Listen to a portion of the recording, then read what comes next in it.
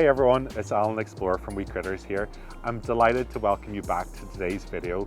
If you're new here, make sure you check out our last video. In this video, I'm going to introduce you to another member of the Wee Critters family.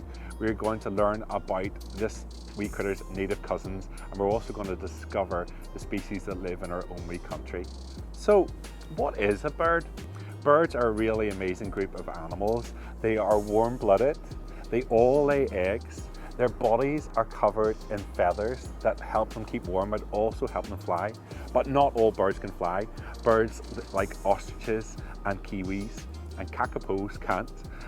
The largest bird in the world is the ostrich, and they are nearly over 2 meters tall. And the smallest bird in the world is a bee hummingbird, about this size. So they come in all different shapes and sizes. Today we have got one of my favorite wee critters with me today. This is Dobby, and Dobby is a species of owl. He's called a white-faced owl.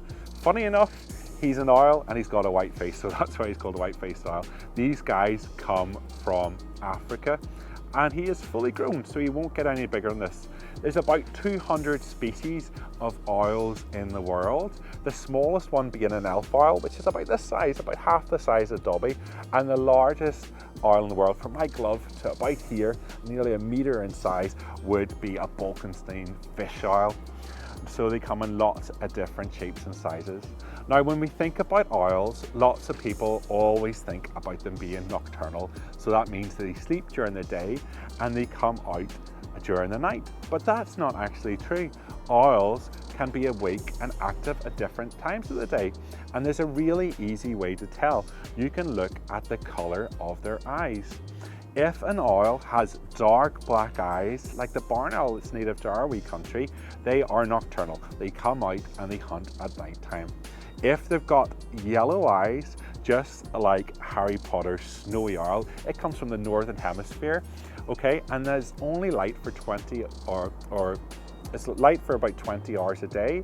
So it's dark for only a couple hours, so it wouldn't make sense to be nocturnal. They are what's called diurnal, and they hunt during the day and they have bright yellow eyes.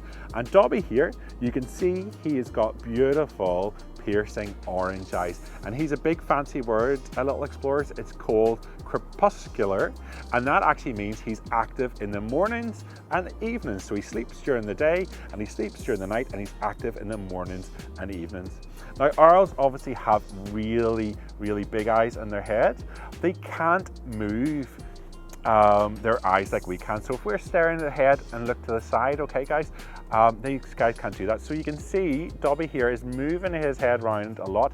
He can move his head right round behind his body, 270 degrees to look right behind his body.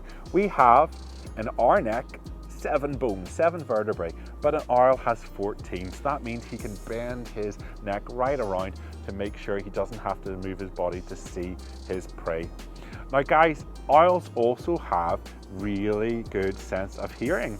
And some people think these little feathers in the top of Dobby's head are his ears. They're not, they're just feather tufts. Owls have ear holes. So they don't have big floppy ears like me. They have one ear hole high up on one side, one low down another side, and that's how it helps them pinpoint where their prey is coming from. Now, all birds have beaks, and their beaks obviously serves the purpose of trying to get their food to eat. So different birds have different shaped beaks. You can see Dobby here has quite a large hooked beak, and that's because he will hunt and eat small animals, whether it's wee insects, lizards, snakes, small mammals, or birds. He will catch them with his large claws, his talons here, and he will use that beak to rip them apart. Now, although owls have really good long vision, so they can see far away, they can't see very close up. So you can see in the front of Dobby's head here, he's got these little feathers here to protect his beak, okay? Almost like little whiskers on a cat or dog. They make sure that he doesn't bump his beak into anything and hurt himself. Now, in our wee country, we have 3 species of owls. The most common one that you'll probably recognize would be the barn owl. They've got almost like a heart shape on their face.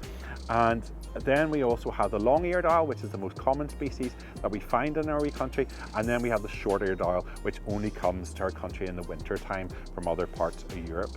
Unfortunately, the barn owl, which is native to our wee country, is in a lot of trouble. And that's because they're losing a lot of their habitat. There's thought to be only 30 to 50 breeding pairs of barn owls left in our wee country. And that's very sad, and that's because they're losing their habitat. Barn owls like to also nest in old barns and buildings which are being taken down and destroyed, so they're running out of places to nest. Also, as we mentioned in our last video about slug pellets that kill the slugs and snails, some people also put down pellets that kill the rodents, and that's the food that the barn owls eat.